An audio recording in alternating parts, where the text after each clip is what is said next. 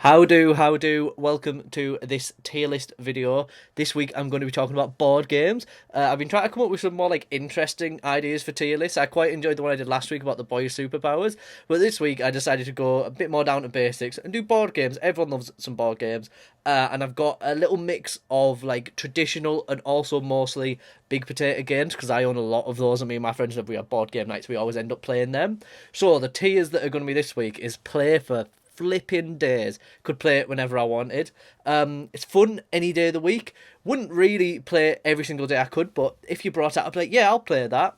It's fun when I win, which means if I'm I mean that means what it means. If I'm not winning, I'm like, yeah, I'll play it, but it's much more fun when I win.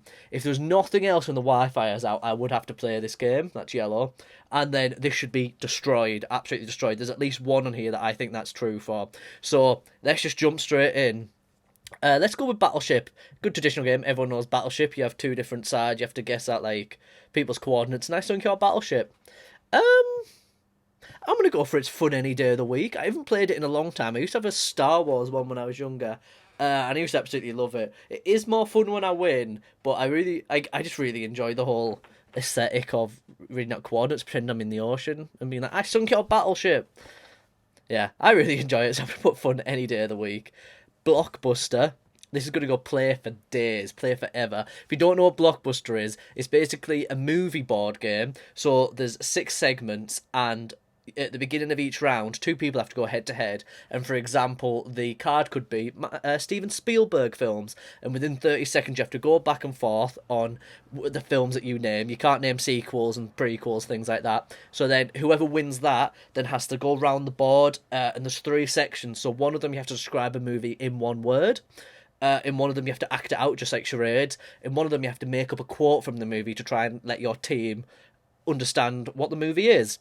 And I've played it loads and loads of times with my friends to the point where we've had to make up our own what's the word, TV show cards as well because we've burned through so many of the movie cards. We can all sort of guess what it's going to be when it's coming because we'll be like, oh, I don't know this movie, but this word was a joke from a previous game, so we had to introduce some more cards. So it's a shame that it's not bigger, and I can't really say that for many of these games, but yeah, could play that for absolutely days. I absolutely love it.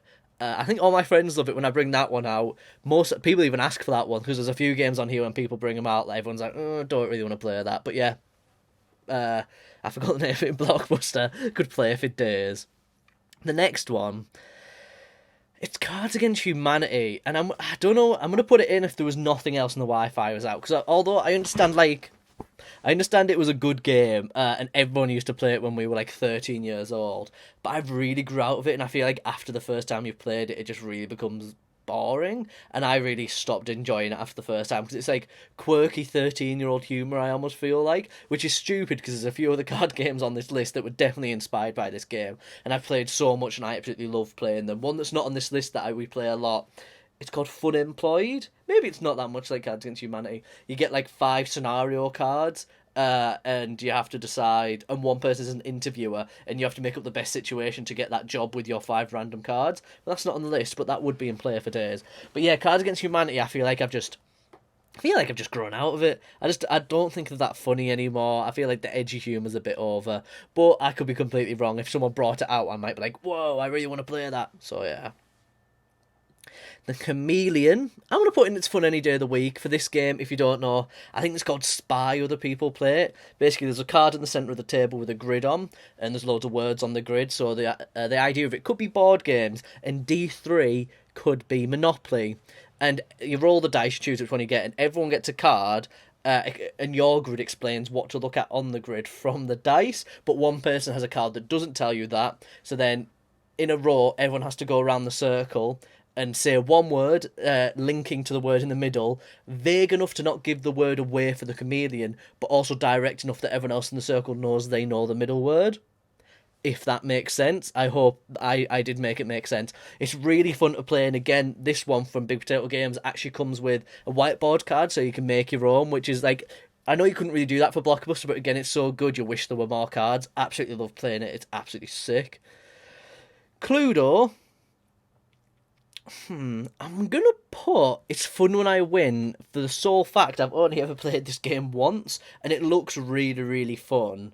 And the first, I only played it once and I didn't win, and I was like, oh, that's a bit naff. But I played it. You know, when you play it with people, like if you ever at a church group or maybe like an after school activities club, and you'd play it and you didn't really know the people you were playing with, so you couldn't really like, get into it and start like yelling at each other. I think it was that situation. So I don't remember enjoying playing it, but I feel like if someone brought it out now and with like, all the murder mystery stuff that I like as well, I think it'd be really really fun. But I'm gonna put it there for now because I definitely haven't played it enough.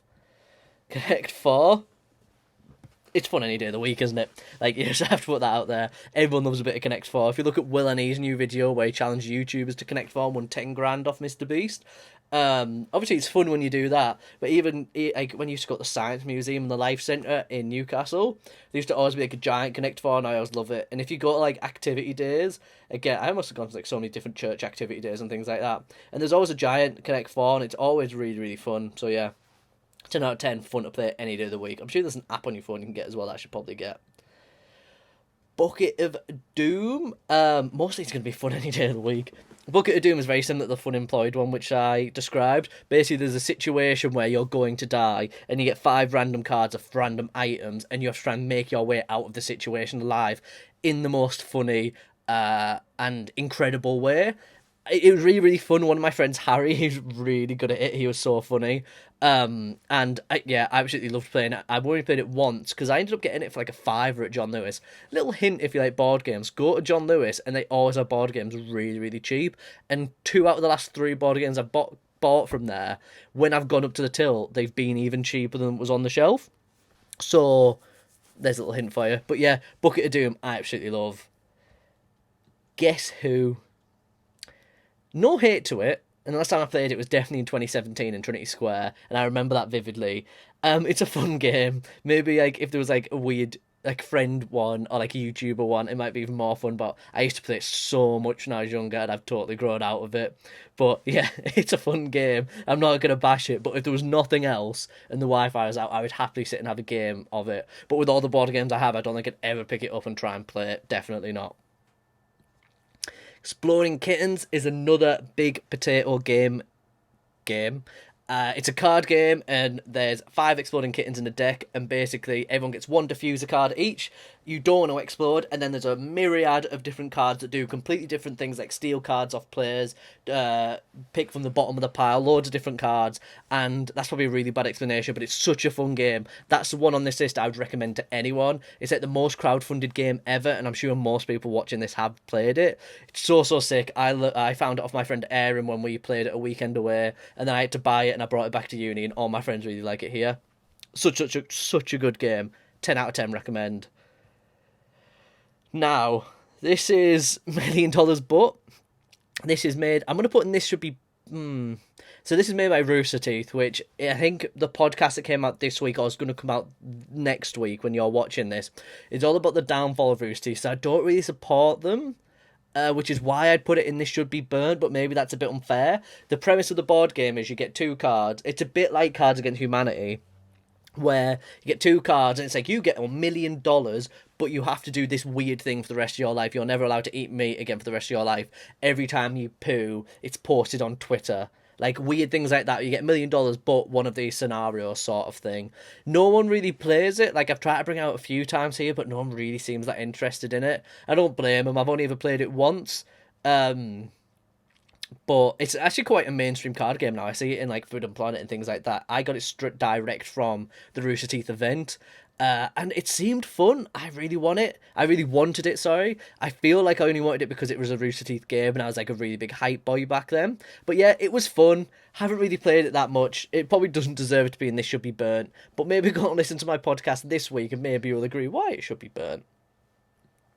What do you meme? I'm going to put this fun any day of the week. It's a card game of all the like old school memes. I think one half of it is pictures of memes, one half of it's captions. I only played it once in Time Bar with a couple of my friends, and I ended up winning. I got quite a few cards, and I really, really enjoyed it again. Only played it once, but I really enjoyed it and would definitely be down to play it again.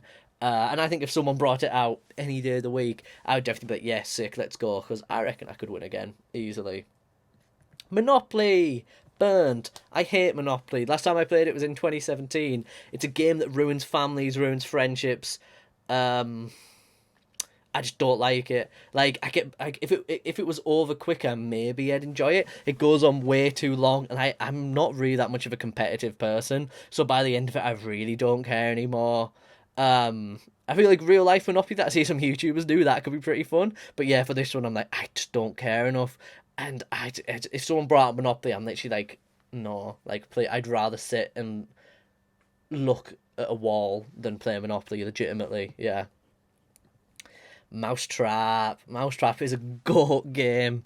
I remember it from school. We used to always have it when it was like wet outside, so you had to play inside, and we used to always pick up Mousetrap and play it. Don't really know what the aim of the game is or how you play it. I haven't played it in absolutely years, but I remembered it was sick, and I used to always love playing it. So yeah, it's going and go because I remember it being absolutely amazing.